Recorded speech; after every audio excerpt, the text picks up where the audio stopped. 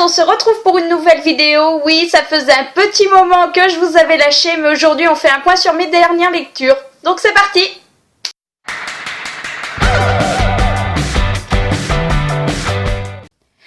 Donc comme je vous le disais, on va faire un point lecture, mais avant je voulais m'excuser puisque ça fait quand même un moment que je ne vous ai pas retrouvé. Je crois bien que le dernier point lecture date d'il y a un mois et que la dernière vidéo doit bien avoir 15 jours, voire 3 semaines.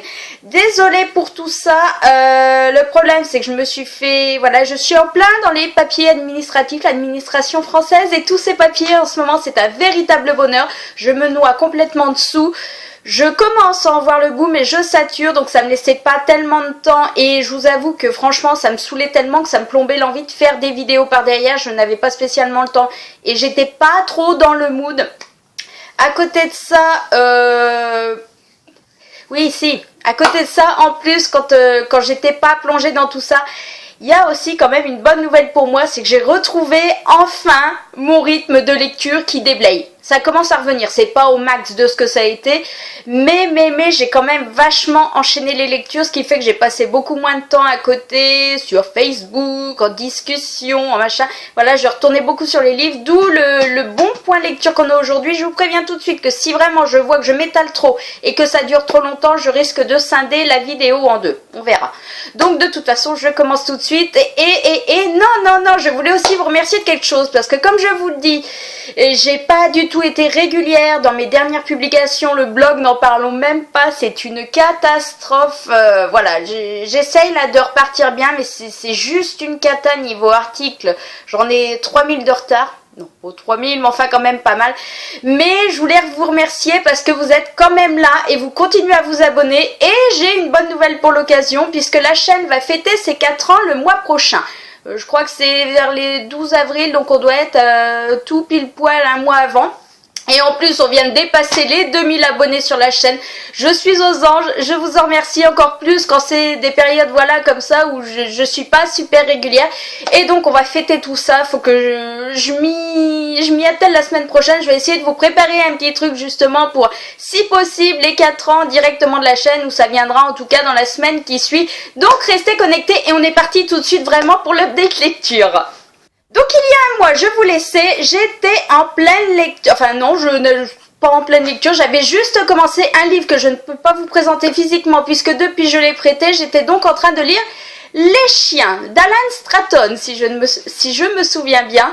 Et voilà, j'avais pas d'avis parce qu'il me semble que j'étais rendue une 20aine de pages. Ce que je peux vous en dire au jour d'aujourd'hui, c'est que si je ne l'ai plus, c'est que je l'ai beaucoup aimé, c'est que je l'ai prêté. Donc le bilan est super positif. Je l'ai lu en 2 temps, 3 mouvements. Ça a vraiment, enfin, je l'ai lu très vite, mais en même temps en le savourant. C'est-à-dire que ces lectures flippantes comme on a là.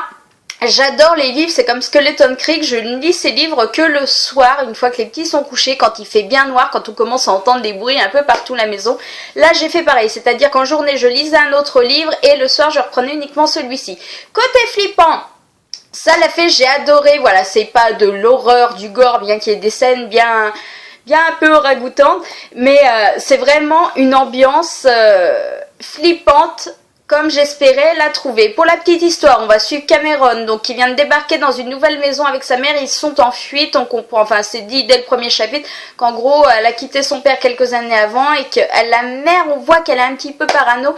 Elle est persuadée que le père continue à les traquer pour leur retomber dessus, donc ils viennent de fuir l'endroit où ils étaient pour s'installer dans cette vieille baraque qu'on voit justement en couverture qui fait bien flipper déjà comme ça. Et à peine arrivé, Cameron va commencer à se sentir mal très très vite. Pourquoi, comment, il ne le sait pas vraiment. Et ça, ce n'est que le début, puisqu'après, c'est-à-dire que, encore, première journée, il se sent hyper mal. Dès le deuxième jour, il va commencer à voir des trucs, entendre des trucs, voilà. Donc on est dans ce côté un petit peu fantôme, tout ça. Et ce que j'ai trouvé que l'auteur avait vraiment bien géré, je vous en dis pas plus pour l'histoire, je vous laisse la découvrir, c'est qu'en gros, Cameron, il n'a pas eu une vie stable et émotionnellement et psychiquement, il n'est pas stable non plus. C'est-à-dire qu'il se pose la question des fois, même avant ces épisodes-là, hein, en gros, il nous fait comprendre que des fois, il est un peu perdu en lui-même et qu'il se mélange un peu entre la réalité et ce qu'il imagine, et son monde imaginaire, voilà. Donc ça a renforcé encore le côté flippant et ça nous aide encore plus à rester coincé dans l'histoire, puisqu'en gros ce qu'on découvre dans le livre, tout comme lui, on se pose la question de savoir si c'est une réalité ou si c'est vraiment quelque chose qu'il imagine, et on est complètement paumé. Moi j'ai adoré, j'ai flippé comme il fallait, pas non plus à ne pas pouvoir aller dormir, mais quand même ça m'a bien travaillé. Mais voilà, le livre est une excellente découverte, donc j'ai vu beaucoup d'avis positifs dessus tomber, le mien est très positif aussi, donc si vous ne connaissez pas, que vous êtes tenté, je ne peux que vous encourager à le découvrir. Ensuite, j'ai décidé de sortir, comme je vous l'avais annoncé, Nil, le tome 1 de Lynn Matson, qui est sorti donc chez Pocket Jeunesse le 18 février dernier.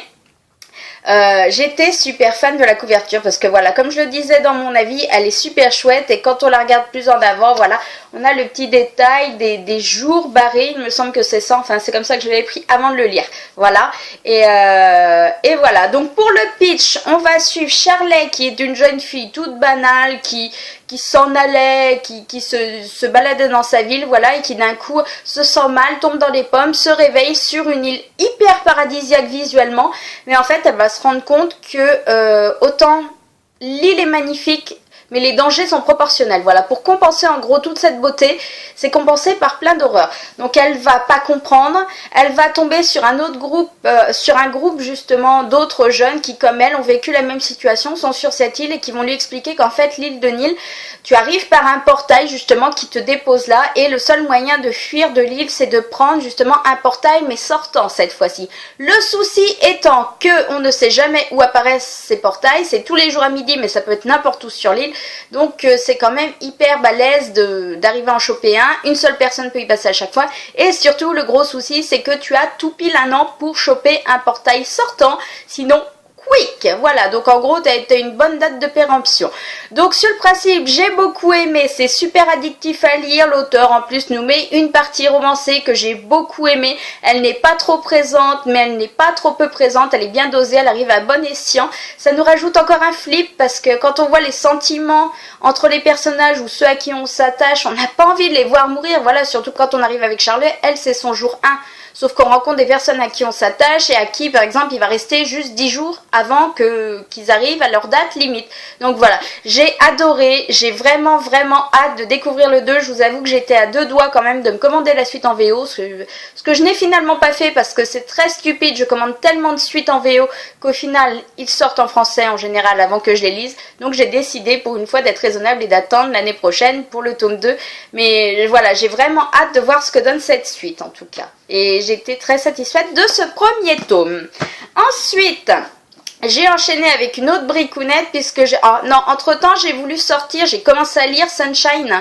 Le souci, c'est que ça me rappelait énormément les chiens niveau ambiance et qu'en plus, c'était pas aussi flippant. Donc, j'ai très vite laissé tomber puisque ça tombait dans le week-end de lecture d'un des groupes sur lesquels je suis. Et à la place, j'ai décidé de sortir Ça ne peut pas rater. Non, ça peut pas rater, de Gilles Le Gardinier, donc mon premier Le Gardinier depuis le temps que je voulais découvrir, sauf que j'étais persuadée que tous ces livres avec chat, en fait, c'était des tomes.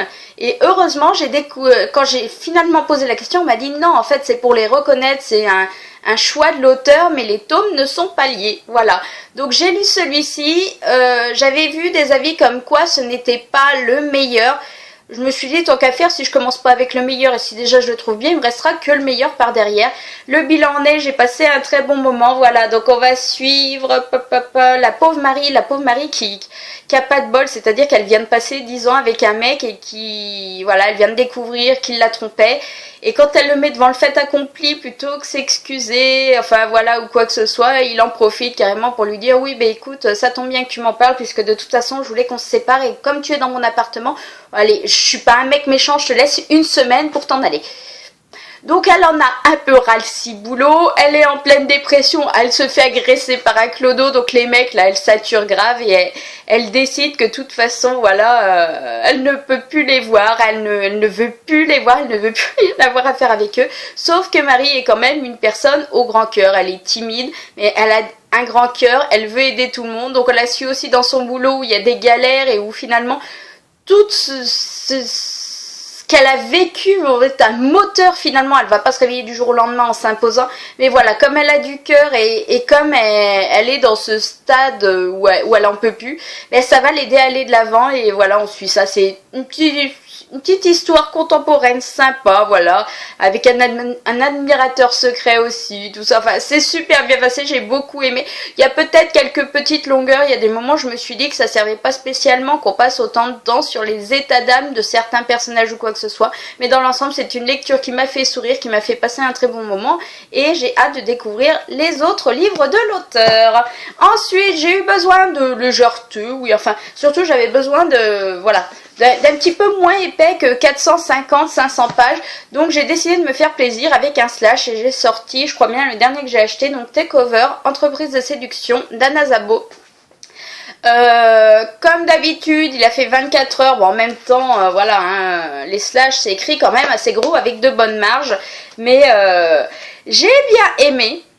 Vous savez que je suis super fan des slash en temps normal. Celui-ci, je pense, est peut-être à l'heure actuelle celui que j'ai lu que j'ai le moins aimé parce qu'il change un petit peu. Pour le principe, on va suivre donc Michael qui est businessman, voilà, dominant, et d'un autre côté, il va rencontrer Sam qui lui, enfin voilà, il est en vacances et en fait, le dernier soir de ses vacances, il va tomber sur cet homme, ils vont se faire voilà, ils se rencontrent à peine, paf, ils passent la nuit ensemble et ça, je vous avoue que ça m'a désarçonné au début parce que je crois qu'au bout de 20 pages, il conclut. Et je me suis dit, si ça démarre comme ça, le bouquin, ça va pas le faire du tout. Après, j'avais pas lu le résumé, donc c'est aussi pour ça, on se rend compte qu'en effet, l'auteur a fait un choix qui était totalement justifié puisqu'on a ces deux personnages qui se rencontrent, qui passent la nuit ensemble et qui se séparent. Donc il n'y avait pas besoin de donner plus, de faire traîner plus les choses puisqu'ils ne sont plus censés se revoir. Manque de bol, quand il rentre au boulot, Michael découvre en fait qu'un nouveau, c'est pas PDG, mais un nouveau directeur général a été embauché en intérim pour sauver un peu sa société. Et ça va être Sam, donc ça va être super compliqué parce qu'ils ont eu quand même un gros crush, même s'ils n'ont pas été très longtemps ensemble tous les deux. Ils ont vraiment accroché tous les deux, ils vont essayer de pas se mettre ensemble, sauf qu'on s'en doute, on va pas nous faire un bouquin de ça pour qu'ils se mettent ensemble 5 pages avant la fin, donc voilà, on suit tout ça. C'était sympa dans l'histoire, j'ai aimé tout ce qu'il y avait à côté, l'historique de Michael, voilà, le côté... on a encore le côté PDG, mais là, c'est différent, c'est pas comme 50 nuances degrés. Par contre, il y a un côté 50 nuances degrés parce que le souci, enfin non, c'est pas le souci, mais ça, j'ai trouvé ça un peu rude au début, c'est-à-dire que Sam est très dominant au boulot, mais a besoin d'être dominé au lit. Voilà, en gros, et c'est l'inverse, Michael est pas quelqu'un de soumis au boulot, mais quelqu'un de cool, et par contre, qui aime beaucoup être dominant. Donc le problème, c'est qu'au bout de 20 pages, quand ça conclut et quand ça commence à se fouetter ou quoi que ce soit, je me suis dit, ça va être... Je pense qu'en fait, je savais pas ça, ou alors j'ai zappé entre temps, je savais pas en commençant, et ça m'a assez désarçonné, voilà. Maintenant, je trouve qu'il n'y a pas... Si on veut faire, pas un parallèle, parce que c'est pas du tout la même chose, mais avec 50 nuances degrés, je préfère cette histoire-là dans le sens où, dans 50 nuances, la pauvre Anna, en gros, elle a jamais demandé, elle, à être dans une relation sadomaso. Voilà, elle l'accepte, c'est pas du tout un choix de ça, enfin, si c'est un choix au final, mais c'est pas quelque chose qu'elle veut, c'est juste pour pouvoir être avec lui. Alors que là, ce sont deux personnages qui sont totalement d'accord là-dessus, et qui en plus, ça colle très bien, l'un est dominant, l'autre aime d'être dominé, donc voilà, le côté beaucoup plus naturel de la relation consentie, voilà. Sinon, comme je vous dis, ça passe bien, c'est mignon, maintenant, je sais pas, c'était peut-être un peu trop rude de base pour moi, sans que j'en sois informée, je sais pas, ça m'a pris par surprise et voilà, c'est peut-être pour ça que c'est celui auquel j'ai le moins accroché. Maintenant, j'ai quand même passé un très bon moment et mon avis arrive très vite. Ensuite, ouais, je vais continuer, je vais essayer de faire moins de 20 minutes parce que je sais que la suite va aller beaucoup plus vite. Je me suis sorti le roman graphique, l'adaptation graphique de The Infernal Devices, donc le tome de Clockwork Prince de Cassandra Clare. Je vous en avais parlé la dernière, enfin bien des fois, c'est-à-dire que voilà, j'avais le tome 3 à lire, sauf que ne me souvenant que des très grandes lignes des tomes précédents, du tome 2, voilà, j'avais besoin de de me rafraîchir les idées. Le bouquin a été super pour ça parce qu'en gros, je pense qu'il y a eu d'autres trucs mais qui n'étaient pas primordiales, donc qui ne sont pas retenus dans la version graphique. Ça m'a emmené à l'essentiel, aux relations entre les personnages, aux faits marquants qui se sont passés. C'est passé tout seul et concrètement même ceux qui lisent très peu en VO, c'est voilà, en plus il y a beaucoup de dessins et assez peu de dialogue. C'est vraiment, c'est super à découvrir, ou même à la limite ceux qui voudraient se mettre à la VO, mais qui n'osent pas avec un roman, qui connaissent la série ou qui la connaissent pas, mais qui veulent la découvrir, ça peut être super pour ça. Voilà, au niveau dessin, je trouve ça assez... Enfin, je m'y suis habituée, comme j'ai déjà lu le premier, mais je suis assez fan des dessins, voilà, des dialogues, enfin, c'est pour me rafraîchir les idées, c'était juste parfait. Donc forcément, ensuite, j'ai sorti la méga brique de 600 pages, le 3e tome en français, donc La Princesse Mécanique, qui est juste... il est à tomber. En plus, j'ai envie... Ce qui est juste affreux, c'est que je l'ai en VO dans ma palle et que je l'ai jamais lu, en fait. C'est pas comme si j'avais pas... Voilà, bref. Passons. Le bilan de ce 3e tome, j'ai adoré. Et le fait d'avoir les idées rafraîchies avec ça, c'était super d'enchaîner aussitôt parce que tout était vraiment en place dans ma tête, là où on en était rendu avec les personnages. Je veux pas vous parler trop de l'histoire parce que pour ceux qui n'auraient pas lu les précédents, j'ai pas trop envie de vous en balancer. Ce qu'il faut retenir, c'est que c'est le dernier tome de la trilogie. Il est juste parfait puisqu'il apporte toutes les réponses qu'on voulait depuis le début. Voilà, on connaît la nature de Tessa, le pourquoi, le comment.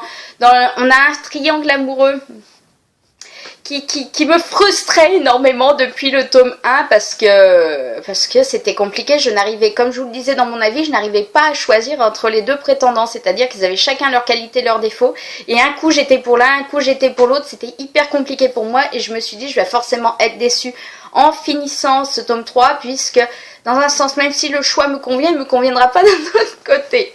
Si vous voyez ce que je veux dire. Eh ben non. Alors, je vous rassure, ils ne finissent pas en trio, j'allais dire. Oui, enfin, ils font pas un couple à 3. Hein. Voilà, l'auteur fait ses choix et j'ai adoré la façon dont elle menait ça. J'ai adoré aussi concernant l'intrigue de fond, comment c'était mené. On s'attarde aussi pas mal sur les émotions des personnages, ce qu'ils ressentent tout au long de tout ça, que ce soit justement aussi bien au niveau amoureux qu'en règle générale les uns par rapport aux autres. J'ai adoré, voilà, c'est passé tout seul, ça n'a pas plombé le récit et ce 3e tome est vraiment super réussi et clôture vraiment très bien la trilogie, en sachant qu'en plus forcément on rencontre les ancêtres des Lightwood, des Welland, des Grey, enfin de tous ceux qu'on retrouve après dans l'univers Shadowhunter original en fait, de The Mortal Instrument. Donc voilà, c'était super appréciable et vraiment une super série. Donc tant qu'à faire, comme j'en étais là, j'ai décidé dans la foulée de justement lire l'adaptation graphique. Enfin, vite fait, hein. Forcément, vu que je me souvenais de l'histoire aussitôt. Mais pour voir si elle était vraiment fidèle, si voilà, si ça collait vraiment avec ce que j'avais découvert dans le bouquin. Eh ben, c'est totalement ça. C'est-à-dire que on va beaucoup plus à l'essentiel, on s'attarde moins sur les pensées respectives des personnages. Par contre... tous les faits importants, tout ce qui nous était décrit là est parfaitement représenté dans ces adaptations graphiques. Et voilà, le bilan en est que j'ai aussi bien... Voilà. Pour une lecture rapide, ça c'est super, mais ça, il y a plus de détails, mais ça c'est visuel et ça se lit plus vite. Les deux sont bons et franchement, les deux m'ont totalement convaincue.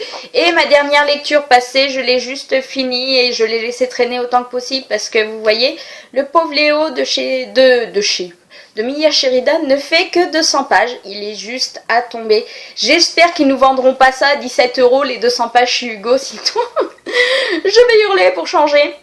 La petite histoire, on rencontre Evie, donc Evie qui à l'heure actuelle a 24 ans et qui donc a une enfance pas facile puisque c'était très compliqué. Je sais plus trop ce qu'elle a eu, sa mère l'a abandonnée ou je sais pas quoi. Enfin, elle a vraiment une historique familiale très compliquée, elle a été baladée de foyer en foyer et donc quand elle avait 11 ans, elle a rencontré un garçon qui a débarqué dans son foyer, donc Léo. Et tout de suite ça a matché entre eux, ils sont devenus les meilleurs amis du monde avant de tomber amoureux quand elle en avait 14 et lui 15. Sauf que Léo s'est fait adopter donc à 15 ans et qu'il a été obligé dans la foulée de déménager à San Diego. Donc ils se sont promis de toute façon de rester en contact, voilà, parce que pour lui c'est l'amour de sa vie et vice versa, donc surtout avec tout ce qu'ils ont partagé. Sauf que Léo est parti et ne lui a jamais donné de nouvelles. Donc on retrouve Evie 8 ans plus tard qui a mené sa vie comme elle a pu, qui s'en sort pas trop mal, qui a un job, voilà, elle s'est donné, elle était vraiment pas aidée à la base, elle s'est vraiment donné les moyens d'y arriver dans la vie. Et un jour en fait elle rencontre un jeune homme qui la suit et elle finit par carrément lui tomber dessus et lui dire pourquoi vous me suivez.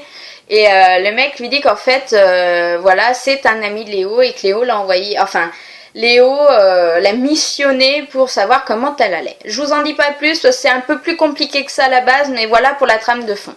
Donc, comme je vous dis, 200 pages, et ce qui est affreux, c'est que je l'ai commencé lundi soir, et mardi matin, j'avais déjà, enfin, je l'ai commencé lundi soir, et j'étais déjà, quand j'ai arrêté, j'étais déjà à 100 pages, il m'en restait que la moitié, donc je l'ai laissé traîner jusqu'à mercredi soir, pour le finir dans la foulée, parce que en fait j'ai divisé en deux et j'ai laissé du temps entre les deux parce que je voulais trop le savourer.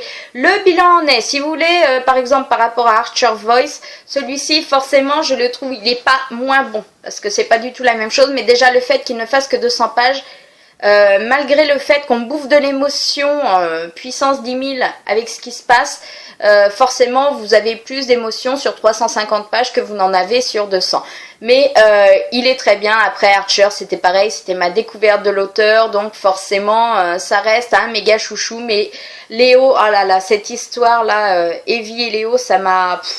de l'émotion, comme je vous dis, c'était magnifique, c'était dur, c'était... je sais pas quoi vous dire d'autre. Franchement, je crois que je serai plus claire quand je ferai mon avis. Il est en brouillon, donc il faut que je le fignole. Mais voilà, le bilan en est, c'est que j'ai adoré. Et que j'ai hâte de me faire, justement, c'est pas vraiment... Enfin, si, c'est un tome 2, mais Léo Chance, en fait, c'est la même histoire, mais... Non. Je vous en dis pas plus, j'arrête là.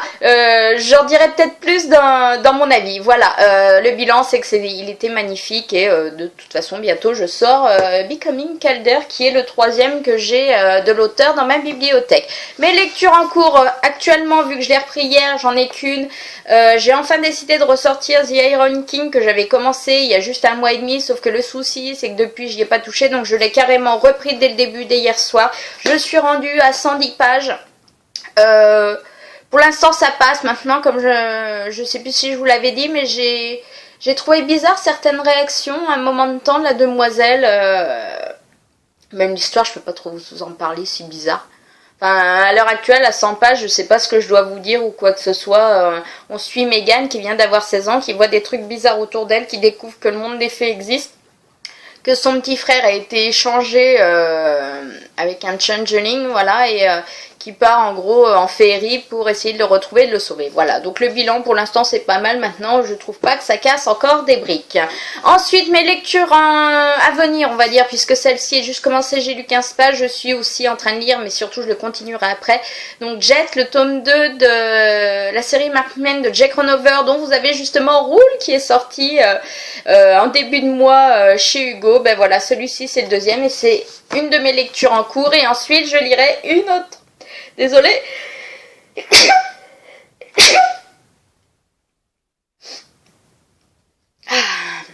Normalement c'est toujours par 5 chez moi, c'est bizarre que ça fasse que 2. Je lirai ensuite Ma raison d'espérer, donc le 2e tome de la saga Breathing, je sais plus comment ils l'ont appelé, non, de Ma raison de vie, je crois qu'ils l'ont appelé en français, donc de Rebecca Donovan.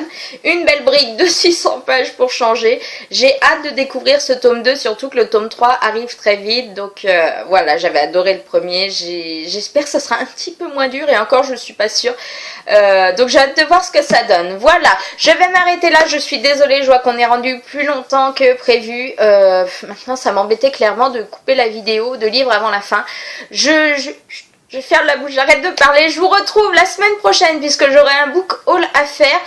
Puis comme je vous dis, je prévois un petit concours pour le mois prochain pour vous remercier d'être là, fidèle au poste, ponctuellement. Voilà, quand je publie surtout. Parce que ça dépend pas de vous, ça dépend de moi. En attendant, je vous fais des bisous, je vous souhaite une très bonne semaine et je vous dis à la semaine prochaine. Bye!